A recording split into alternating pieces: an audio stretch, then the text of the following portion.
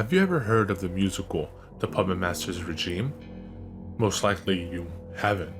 In fact, most die-hard theater lovers are often unfamiliar with this little production. It was a 1934 stage play, and the music, lyrics, and book were written anonymously. It starred upcoming performers such as Timmy Cutie Pie Wright, Sally Wilkes, Henry Gregory, and many others. At the time, it was the most expensive production to date. It was said to be the biggest, most spectacular stage show all the way to San Francisco and back.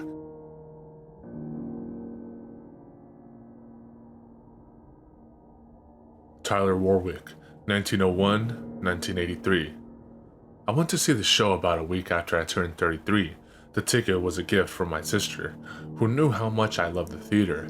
I remember the signs for it were huge and rather gaudy. Oh, and the playbill. It was just a single red dot with a doll-like face on it. It seemed a bit melancholy for what I assumed was to be a musical comedy, but I didn't pay much attention. I was going to see a Broadway show. Georgina Long, 1911 to 1984. I had come to New York with my parents on an impromptu vacation after my grandmother had died. A Broadway musical seemed just like what we needed. Anyway, the cast was made completely of new people. Young children and adults alike who were longing to get back on stage after vaudeville became old news. It was quite charming, really, but I did take notice of that odd little playbill. All the playwrights and lyricists and everyone else were all named, and that design, just a little red drop with a peculiar little face on it, not even a title. Coral Hannigan, 1920 to 1993. I do recall most of the first act. Then again, who could forget? The story was slightly hard to follow at first. There was a little boy who lived in a puppet shop, or maybe he lived down the street. No, he worked in the puppet shop, but he was homeless, so they provided him with a home there. The kid's name was Tim, something weird. Oh yes, it was Moritum. No, Moritor? Moritor, yes. Moritor's employer was this old man's name, Mr. Obsister. I remember his name because his character was unimaginably unsettling, bouncing all around and getting angry at the little boy, all while keeping this nasally, giggly voice. Anyhow, the production opened to Moritor and the odd fellow getting into an argument over the boy not doing his work. Then the two of them sang this peculiar number about puppets. It wasn't a normal song, or at least the musicality wasn't normal. The lyrics were very enchanting and the music did this odd flowing thing about the room. Instruments would get very quiet without losing any power. Maybe it was just acoustics. I'm most likely explaining it wrong. Anyway, oh well, but in time we got used to it and the show progressed. Gabrielle Johnston, 1919 to 1976. This youngster Moritor, something like that, was quite insecure about his stay in the puppet shop and paranoid that his boss would throw him out.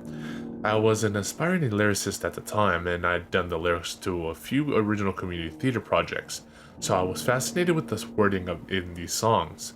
I scribbled down a few lines after I went home. Unless I'm remembering wrong, the little puppet shop boy and Mr. Obi something had an introductory duet, and then Moritor went off for a short lament. That was the different, much more somber tune. If I stay and do everything right, I can live in the day and stay clear of the night. Out there in the dark, there's a world of lies. Lies?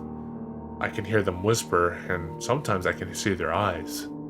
The eyes comment confused me for a moment, but I assumed that he was talking about the stars. I seemed as though the number was unnecessarily tragic and poorly situated within the show, but that was a minor quibble. Now, Moritor had a girlfriend named Trahunt and a boyfriend named Adolbit. After interrupting the final note in his lament, they all gushed about how much they love puppets, but they couldn't afford one from Moritor's guardian shop, so they transitioned into the vibrant little number about joining forces to raise money so they could build their own puppet. After this, the three all headed for school, and the story took a sharp turn in different directions. After several attempts to begin again, now, they had this really nasty teacher or headmistress named Madame Raperio, or something like that. There was a reprise of this song from before and she overheard them. At first, her remarks about the children's fantasies were somewhat comical, but then the light fixed on her and she sang this heartbreaking song, the meaning of which was up for interpretation. It felt like it was about love, but there was all these strange puppet metaphors. The only lyric that stayed with me is, "Stroll through the wood cracks, show them your pains, the hole in your throat and the string in your veins." Then she went on this little breakdown. I assumed it was a poorly conceived character trait. She began singing off key and went to beat one of the kids. The curtain fell and there was a scuffle heard on stage. People whispered to each other, but a rising new orchestra piece silenced us. The curtain rose again, and we were right outside the puppet shop. Louis Roberts, 1905 to 1967. Mortar and his friends went into the town and sang a song about selling dolls, I think it was, because the little girl made dolls in her spare time, and she had to sell them. I remember those strange background characters. The company was so absolutely monotonous.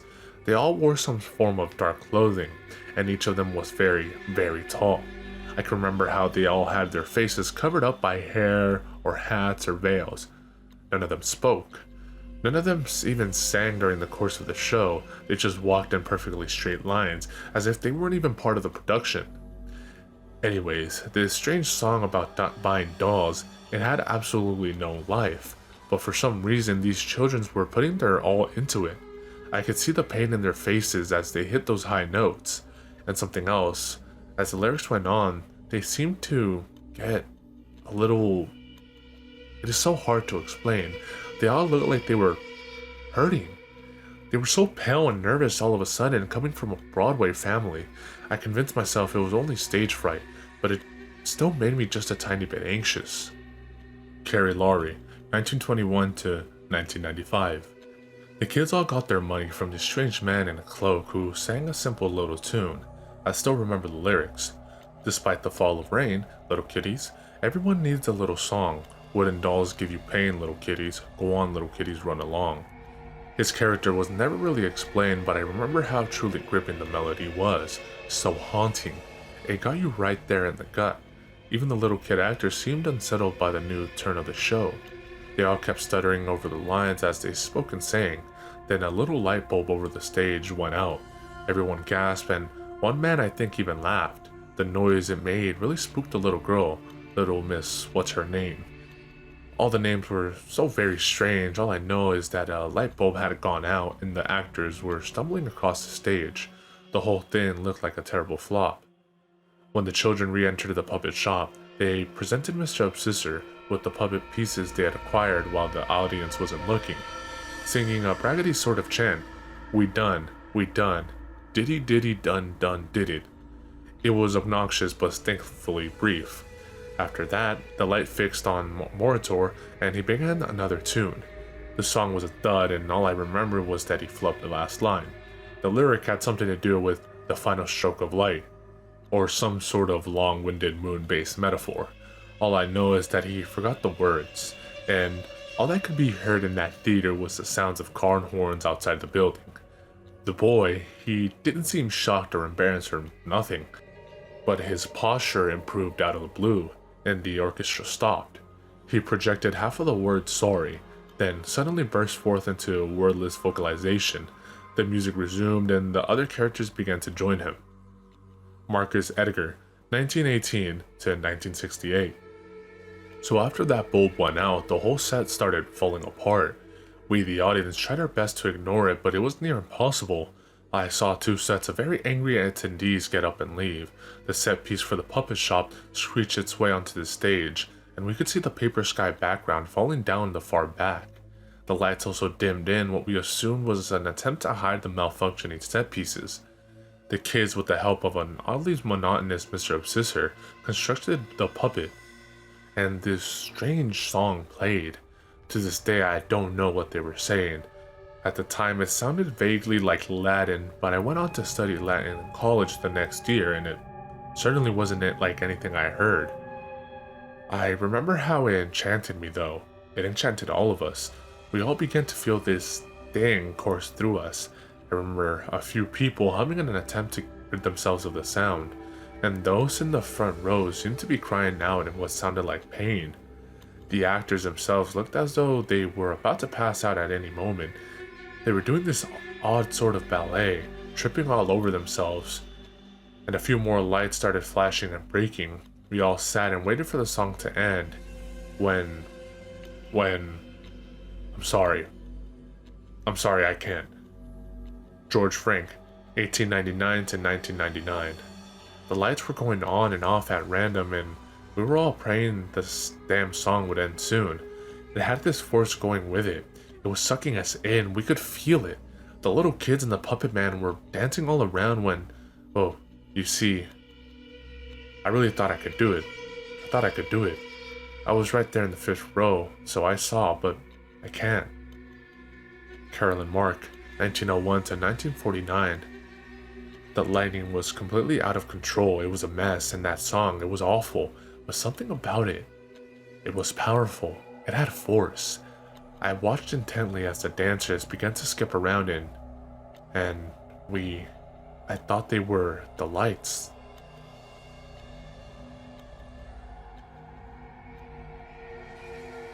The actual events of the final scene of Act 1 of the Puppetmasters regime have been up for debate for many years. Few people are willing to speak about what happened on stage during those final moments. Many believe that there is no actual record of an interview with somebody who was willing to tell the story. This is not true. One testament survives from a Billy Prescott who was only 6 at the time of the show. At such a young age, one might assume he was less affected by what he recalls was happening. I was just a kid, so I don't remember much. All I can vaguely recall is that song. It was giving me a headache. I turned to my father to ask him if we could leave, when suddenly I saw the stage illuminate in this bright red light. The music stopped as one instrument after another died out, and I swear I heard pounding underneath the floor. Everyone was questioning what was happening, even the actors. I remember that teacher lady being pushed to the door of the shop, and then everyone else came flying in from off stage, toppling on top of each other like ragdolls. There were people there who didn't fit the design scheme of the productions, stagehands and technical workers, I assume now. I remember the little girl screamed at the audience, then ran behind the shopkeeper while other actors continued singing. A few people started crying right there on the stage when, without warning, this curtain came forward. It's hard to describe what it looked like. It was a clear plastic wall, and it came down from above. Several years later, I saw Carrie, the musical, on Broadway during one of its few runs. The thing that came down on the prom goers when Carrie was using laser lights to kill everyone, it was just like that. A bunch of set pieces from earlier scenes came down onto the sides of the stage, trapping all of the actors in the center.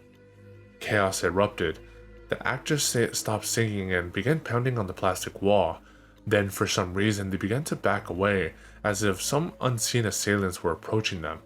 They fled to the back of the stage, all except that little boy. He was the only one who hadn't stopped singing. Amid all of that screaming and crying, the curtain flew out, and everything was in silence. Due to that abruptness, the audience thought it was just a horrible ending to a terrible musical. We were about to get up when the curtain opened again, revealing the stationary plastic wall, upon which was a single light fixed onto the little boy, Moritor. He had clawed his way through. We could see the blood on his hands, but the way he looked was... There were strings attached to every part of his body. We could all see his stomach, or lack of one anyway. It was like someone had put a huge ice cream scooper through his belly. He was sobbing all over the stage, twitching and swinging around. It was a sight so unnatural looking, so painful and twisted and wrong. Even now, I can't seem to wrap my head around how, but... And so everyone looked at him, not knowing what to do, and then he spoke. "Help me. Please, help me," was all I could make out, and then he vomited and suddenly collapsed. The plastic wall lifted and the lights came on. We saw the rest of them. They were all dead. Every one of them looked exactly like the little boy. Everyone had those strings attached, and we watched as all of them, even the little boy, as their strings were pulled on. Their lifeless bodies rose on cue, and they bowed.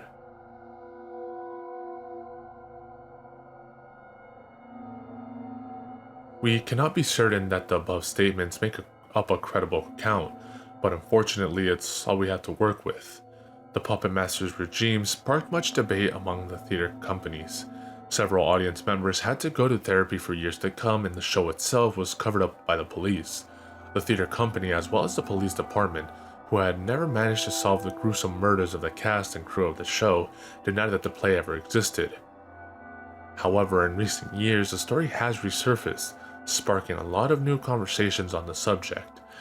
The theater that housed the musical still refuses to acknowledge the show's existence, and most theater historians know nothing about the show in general. To this day, the identities of the anonymous lyric and music writers are unknown, and, to our knowledge, all recordings and police reports have been destroyed.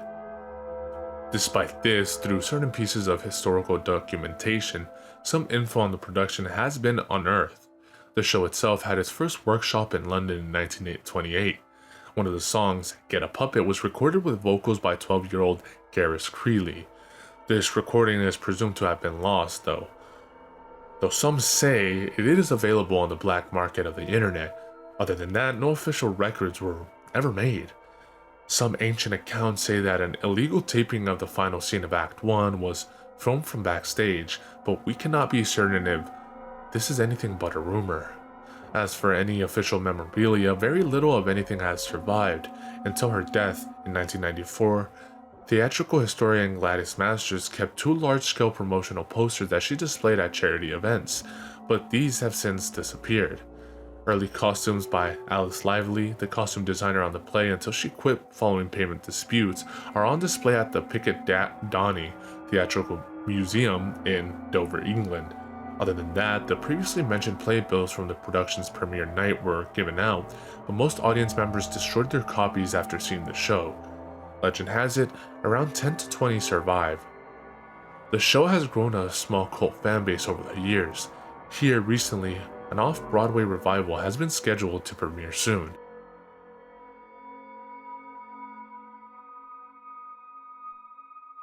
When I last broached the topic of 1934 musical, The Puppetmasters regime, my knowledge was apparently very limited. I had originally believed that all of the guests who entered the theater on that fateful night were deceased, but I was incorrect. One lone audience member, Alice Corley James, who was 9 years old when her grandparents took her to see the show, now lives in Connecticut with her grandchildren. I gathered this information after my long investigation into the theater which housed the play's debut. I found myself on a wild goose chase, a long line of theater owners shoving me in different directions via email or the rare private meeting. I was eventually given the home address of a little old man who shall go unnamed.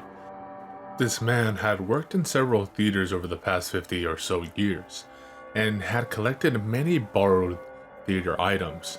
One of these items was a box labeled 34 Creeley Wright. The gentleman claimed that he had found it in the vault of the August Wilson Theater, but I'm not sure if he can be trusted, as his eggs seem to be in quite a few baskets, if you understand me. The oddly numbered box contained several sloppily organized papers, all of which detailed the long-awaited production of the Puppetmasters regime. The most interesting of these files was a bulky folder that covered the 1928 workshop in London, where the title of the show was originally Moritur's Friends, later changed to Moritur's Puppet. As the music was refined, however, the title became The Puppet Dressed in Black, and then Puppet Master, which was the title they used during the actual staged readings. The folder also contained a partial script for the show, although many pages appeared to be missing. None of the song lyrics were shown in the script, though the song titles were printed in their place, along with notes for the young actors playing the part of Moritur. Most of the notes are from the director, a man named Richard Webber, but one particular note seems a bit ominous. A little less vibrato on this one, Garrus. Make me proud. Make us both proud. Mr. Sheridan. This Mr. Sheridan never showed up in any of the other files. He may have been an unaccredited assistant director, but something about his handwriting didn't sit right with me. Anyhow, some of the song titles are rather fascinating. Tunes with names such as Never Mind Me, Mr. and Moritur Was an Orphan and Get a Puppet make the production seem like any other. The characters aren't written in any strange way, much to my disappointment. It comes across just like a harmless little kiddie show, cutesy and upbeat. However, as the script progresses, the notes from this Mr. Sheridan become more evident, and his messages become increasingly disturbing. "We loved it the way you used to do it. Stop doing what we never told you to try. Your cheeks puff at the end of this number, Garrus. I love it. He loves it. We both love it. They love it. Meet me backstage after the reading, Garrus. He has a gift for you. Meet us backstage again, Garrus. They'd love to look at you. Never leave us, Garrus. You're too important to the Puppetmaster." After reading up to the scene where Moritor and his friends try to sell dolls, creatively titled "The Doll Selling Song," I decided to stop and research Garrus Creeley. I was not prepared for the sickening results. Garrus Creeley was born on November 3rd, 1916. His mother had been a vaudeville stripteaser who lacked the funds necessary to support a child. As a result, he was taken in as a 3-year-old by a man whose last name was Sheridan. His first name is recorded differently in many documents. Most people believe it to be either Carmichael or Charles. Sheridan was apparently a Coney Island architect who designed elaborate funhouses and carnival freak shows. He was also a private composer, having written many vaudeville numbers and themes. Garrus Creeley Sheridan became a semi-popular vaudeville performer from 1921 to 1923, upon which he was removed from the Sheridan home after claiming to have been sexually abused by his adoptive father. He was taken to live with Annabelle and Henry McGregor, a middle-class family in Upper Manhattan. Annabelle and Henry, in an attempt to rid him of his childhood trauma, relocated to Worcester, England, with McGregor's relatives. Coincidentally, Puppetmaster began rehearsals for the workshop a year after Garrus Creeley moved to England. The music and lyrics were still accredited anonymously. Now, one might assume that this is just another depressing backstory to a child performer from the early 1900s, but it gets worse. Sheridan, along with being an architect and a composer, was also a great patron of cheese pizza. He was the leader of a small group of individuals who specialized in the production of such articles. What makes this more revolting is that from 1921 to 1923, the years that Creeley was his legal son, Sheridan housed a child center burlesque theater brothel underneath his estate. In 1924, he was placed in a Danvers State Lunatic Asylum in Massachusetts. He escaped in 1926, a year before rehearsals began for Puppetmaster. Now, returning to the script for Puppetmaster, we actually have a tangible record for both the end of Act 1 and as well as most of the Act 2. The actual ending for Act 1 as it was written is such. Moritor and his friends design a puppet exactly like the one that Moritor has seen in his dreams. This was explained in a song entitled "The Puppet Dressed in Black," which I assume was cut in the Broadway production. This puppet then comes to life and calls upon his magical powers to send Moritor and his friends into a parallel universe. Act 2 begins with Moritor finding his friends, as well as Mr. Obsessor, to be asleep and dangling from puppet strings. The musical takes a more operatic theme, as we have 6 songs that are played one after the other. Without a single interval of speech, the song titles in order are "Never Mind Me, Mister," reprise, "I Can Hear Them Sing," "What Is This Place," Moritor's soliloquy, "Wooden Dolls," and "The Wind and the Whisperings." After this, Moritor is confronted by the odd man in black from the first act, who, in a long monologue, explains Moritor's deep, passionate sexual longings. Moritor realizes his clandestine emotions in a song entitled "Beautiful Music," in which the man and Moritor apparently fall spontaneously in love. Right before they allude to the thought of intercourse, the puppet dressed in black appears. Jealous of Moritor's affections, Moritor strips naked in front of the puppet, allowing the wooden demon to seduce him. He offers his soul in return for the release of the ones closest to him. When the children and Mr. Obsessor are returned, the puppet dressed in black and the old man revealed their sole motivations: to punish little children who repress the nature of their sexual responsibilities. They explain this in what would eventually become the show's title song, "The Puppetmaster's Regime." Then in a spout of randomness, the puppet's face turns bright red, and he shoves Moritor onto a bed shaped like a hand, apparently forcefully having intercourse with him. In the epilogue, we see that Moritor's friends have all been returned to the puppet shop, but none of them remember anything about him. As you would assume, the workshop didn't do well at all. Anybody with a half brain could understand why a musical about children being obligated to have sex with adults and puppets wouldn't work now, let alone in 1928. It was met with such a terrible response that the authorities forced the workshop to shut down, classifying it as child sex tourism. Garrus Creeley was temporarily removed from the McGregor household for their approval and allowing him to participate in the production, when in reality, the cast members were contractually obligated to never speak about the show to anyone outside the production. A week after Garrus returned to the McGregors, he was kidnapped from his bedroom. This happened the day before his birthday. After 2 days, the authorities found Garrus at the theater that had been holding the workshops. He was discovered in the basement tied to a bed, being violently by Sheridan. Sheridan, of course, was taken into police custody, where he died 2 days later of a lung infection. However, the most disturbing part about the crime scene was described by Officer James Cartwright. We broke through the door and started fumbling down the stairs. We could hear him, Creeley, screaming. We charged into the basement and saw puppets. Puppets everywhere. All of them made to look exactly like the little Creeley fella. There had to be dozens of them all over the room.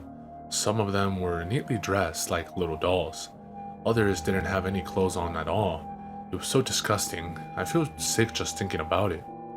Along with the recorded 76 Garrus Creeley-esque puppets that were found underneath the theater, authorities also discovered several articles of the occult in Sheridan's makeshift apartment. He had apparently begun to worship an ancient god he called Puppetmasters, a dark spirit who controlled all of life with invisible puppet strings. Most of the investigators believed that Sheridan had created this god himself using the surplus of insanity he'd retained by the time of his death. They also found a 5,023-page novel that Sheridan had written over the course of the past 9 years, entitled Puppets. It was an extended manuscript version of Puppetmaster that was centered around the character of Moritor Abanes, who was obviously based on Garrus Creeley. Following the events of Puppetmaster, the McGregors admitted to Garrus Creeley to the West Riding Mental Hospital, now known as the Hyroids Hospital, in order to repair and accommodate his obvious mental damages. He was supervised by his adoptive uncle, Dr. Gregory McGregor, who personally documented his progression from 1928 to 1932, when he was released. Other than the folder containing information on the 1928 workshop, most of the material present in Box 34, Creeley Wright, is a mass jumble of different documentations. Everything from vague police reports to scathing reviews of the workshop, none of them in any particular order. The only valuable document I've managed to find out of these is a list containing the names of all audience members who attended the 1934 Broadway premiere. Seeing as how Alice Corley James is still alive and was seated in the 4th row of the theater, I hope to contact her soon in order to continue my investigation.